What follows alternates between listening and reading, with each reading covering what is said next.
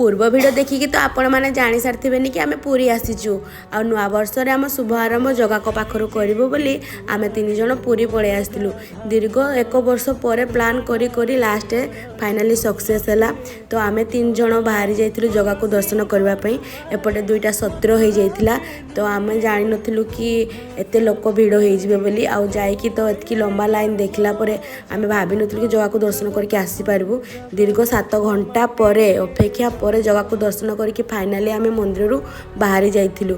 आपन को तो 2 किलोमीटर पखापाखि छिड़ा पड़ो लाइन रे जगह को दर्शन करने। आम जगह को दर्शन करके पलि आसलु। आउ एपटे देखो गहड़ी केते एपटे तो जीवाई भी रोड नहीं। आम 2 जन एपटे बाहर की पलि आसलु रूम रे टिके रेस्ट नहीं कि आम कोणार्क बुलवाई पलू आ कोणार्क भी फाइनाली बुलिकी पलि आसलु। कोणार्क बहुत भल प्लेस आपण मैंने जदि आसुचंती निश्चित थरे बुलिकी जिबे। आउ आमे समस्ते बुलिकी पलि आसिकी फोटो वीडियो करिकी पलि आसलु रिटर्न पुरी को। आ मो झील आसला मते देखा करबा पई आ मु जीबी आ मो झील आसबनी देखा करबा पई एटा कोन पॉसिबल।